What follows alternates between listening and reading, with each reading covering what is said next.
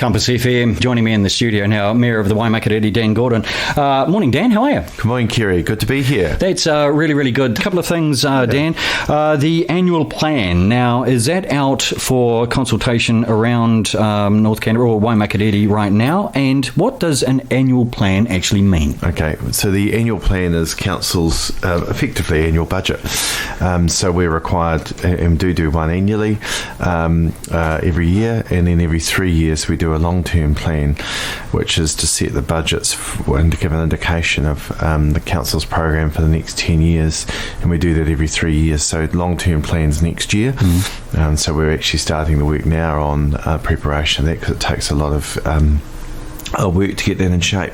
So the annual plan, Council signed off about a week or so ago to go out to consultation, and that opens this Friday, the 17th, and is open until the 17th of April, and we really look forward to hearing from our public what their thoughts are about our proposals.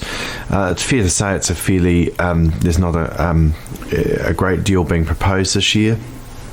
We're in a pretty difficult economic climate.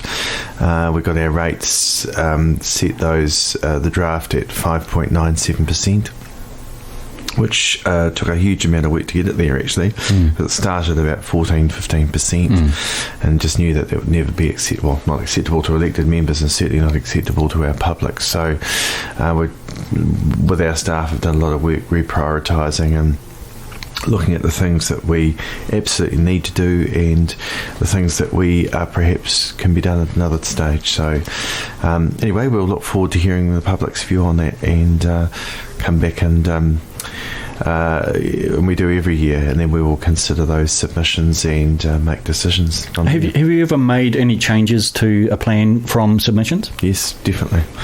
Yep, all the time. That's a good answer. It's good to hear too. Well, you listen to what people got to say, and the things that we might not have thought about. And definitely, and well, it's not a numbers game either. It's the quality of the submission and the point that we're looking at. But if I think back, Dudley Pool would be one.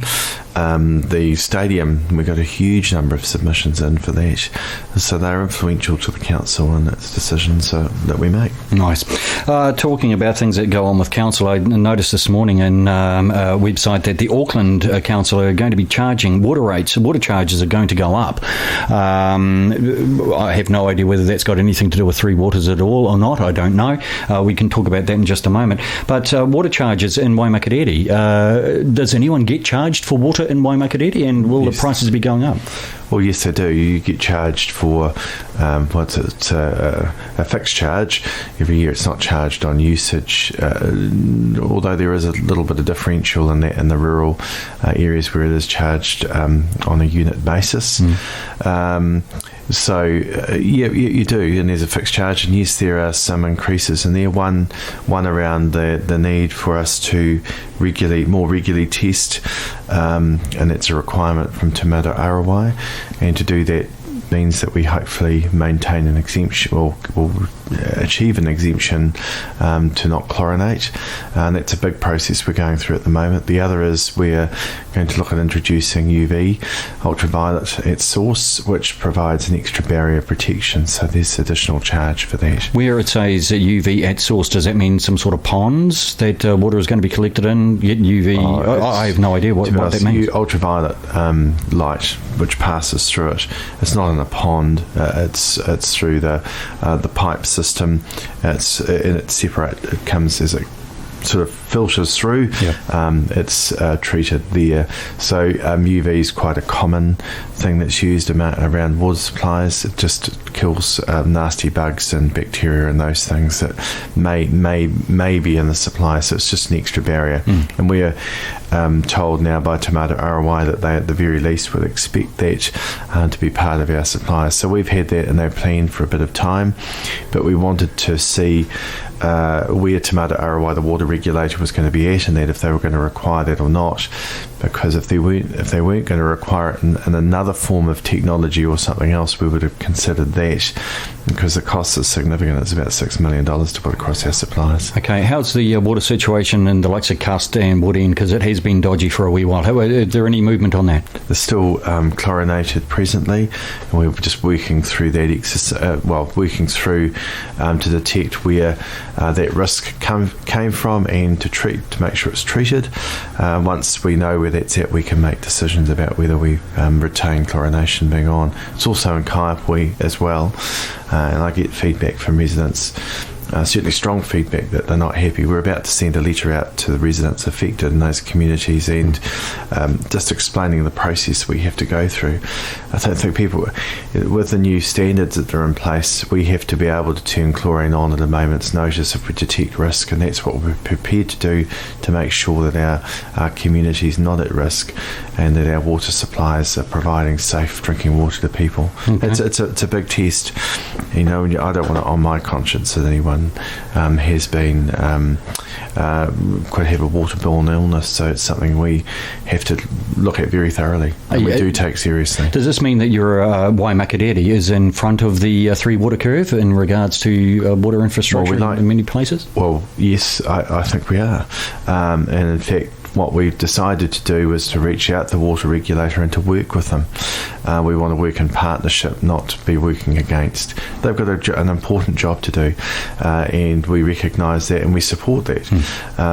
The chlorination discussion will be a challenging one for our community if we've got exemption applications in at the moment, and if we don't achieve those, the next step would be more permanent chlorination, and there are things that we'll need to work through and understand, and then have that discussion with our community.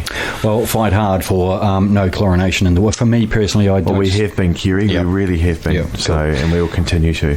Talking about 3 waters and other bits and pieces, do I hear a wee bit of a rumour that you might not be here next Tuesday? That's correct. Where are you going to be, Dan? Got an invite last night from the Minister to travel to Wellington to be part of a discussion around 3 waters reform. So I'm not clear exactly who will be there or not, but I was invited in my role as co-chair of Communities for Local Democracy. So certainly we'll go. I've got a very clear mandate on behalf of our residents, as well as the 30-odd councils that I'm involved in representing on our where we would like 3 waters reform to go. So we will take that up there and have that conversation with the Minister. What's your feeling in your waters, Dan? Look, we were at Rural and Provincial, which is our sector meeting a couple of weeks ago. I think there will be some change. I think it'll be around the regional. I think they will look at perhaps more entities, is kind of what I'm hearing, and maybe going from 4 to probably 8 to 12. Perhaps some consideration around co-governance as well. But the critical aspect for us is not just the number of entities, it's actually the ownership structure. Who owns them? Who's got effective control and influence? That's always been the issue for respective councils.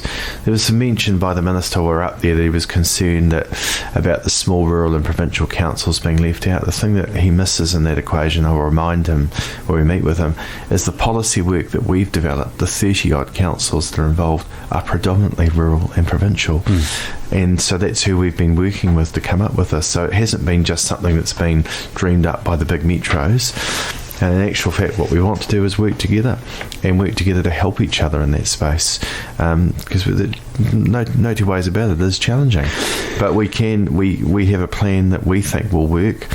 The policy that we've developed has now been adopted by a major political party in the National Party. So it's now open for the government to come up with their consideration, because the way they've handled this entire matter has just meant it's become an extremely divisive issue in this country, and there's a way of turning it around, and we want a partner to do that. I think that, and we've said that, I've said this to you before on air, Dan, that I think that Nanai Mahuta and the New Zealand government, or the Labour government, actually have really pricked the boil as far as water infrastructure is concerned. And finally, after maybe even generations, something's going to be done about it. So I think that's maybe a nice positive way of finishing that. We'll find out next Tuesday, or you'll find out next Tuesday. Yeah, I'll find out. Well, hey, look, well, I don't know how the format's going to run, but it'll be up in the Beehive, I assume, and we've been invited to be part of that, so I'll certainly take part in it and see where that goes. A weekend wrap, Dan. You're pretty busy over the weekend. You and I actually went to a couple of events over the weekend. How do you fit all this events into your time scale? It's an important part of my job, is being out there at community events, and I love doing it. So Sunday particularly was a busy day, but we just have so many great things going on here, and it's great to be part of it. So the Pride event particularly I really enjoyed.